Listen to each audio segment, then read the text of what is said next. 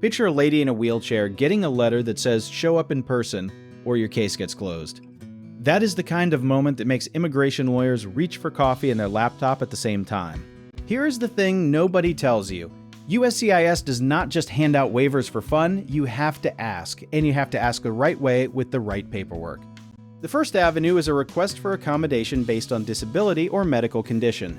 You or your lawyer submit documentation from a doctor explaining why travel or an in-person interview is not safe.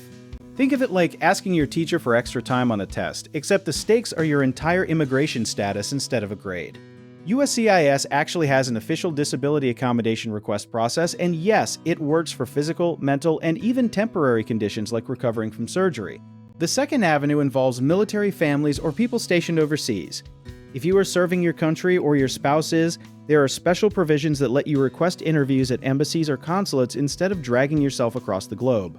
The third avenue is humanitarian parole adjacent relief, which sounds fancy but really just means USCIS can sometimes waive requirements when someone is in danger. War zones, natural disasters, and active conflict areas count here, and lawyers use real-time evidence like news reports to prove the danger is legitimate. Now let us talk about remote interviews, because yes, those exist and no, they are not automatic. Some field offices allow video interviews for certain visa categories, especially when travel would be dangerous or when the applicant lives somewhere with zero nearby offices. You might be thinking, wait, can I just say I am scared of flying and get out of it? Unfortunately, no. Fear of flying is not the same as a documented medical or safety-based reason, so the request has to be backed by real evidence. The fourth avenue is requesting a waiver through the National Visa Center for consular processing delays or dangers.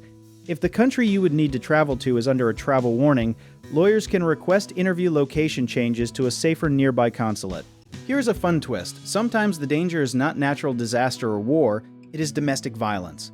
VAWA cases often include special provisions letting survivors avoid contact with an abuser during interviews, including remote or separated interview options.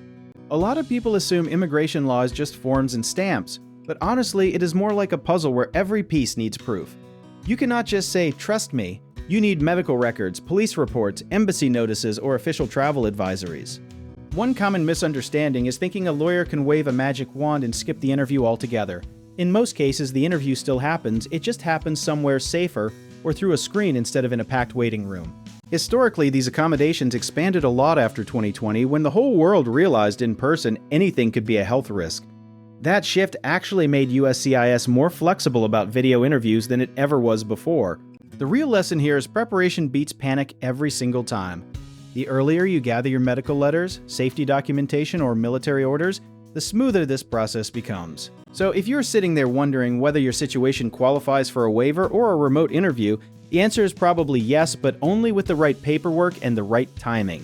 If you want to learn more about how we help with cases like this, check out our links in the description.